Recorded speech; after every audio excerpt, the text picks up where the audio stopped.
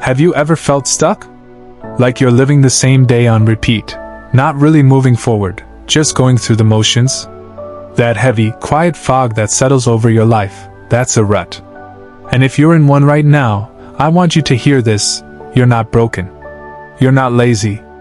You're simply exhausted, maybe from trying too hard, or maybe from carrying more than anyone realizes. But the good news? You're not stuck forever. The first step is the most powerful one: awareness. Just noticing you're in a rut is a sign that something inside you is waking up again.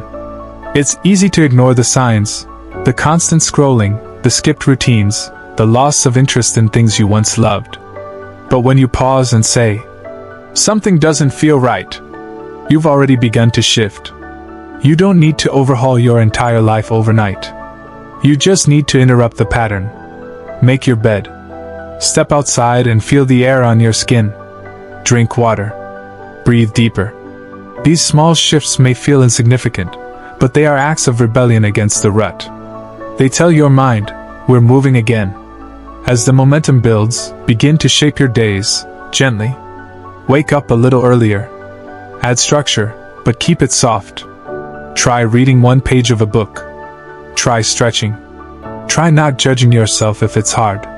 Because it will be at first. But hard doesn't mean impossible. What you feed your mind matters too. Pay attention to your thoughts. Ruts are often deepened by inner dialogue that says, "What's the point?" Or, "I'll never change." But even the smallest thought shift, like, "What if things get better?" can crack open a new path. Replace perfection with progress. You don't have to have it all figured out. You just have to begin. And maybe the most important thing to remember? Rest is not laziness. In fact, sometimes restarting your life means slowing down, intentionally. Pausing to breathe. To reflect. To come back to yourself. Stillness doesn't mean you're stuck.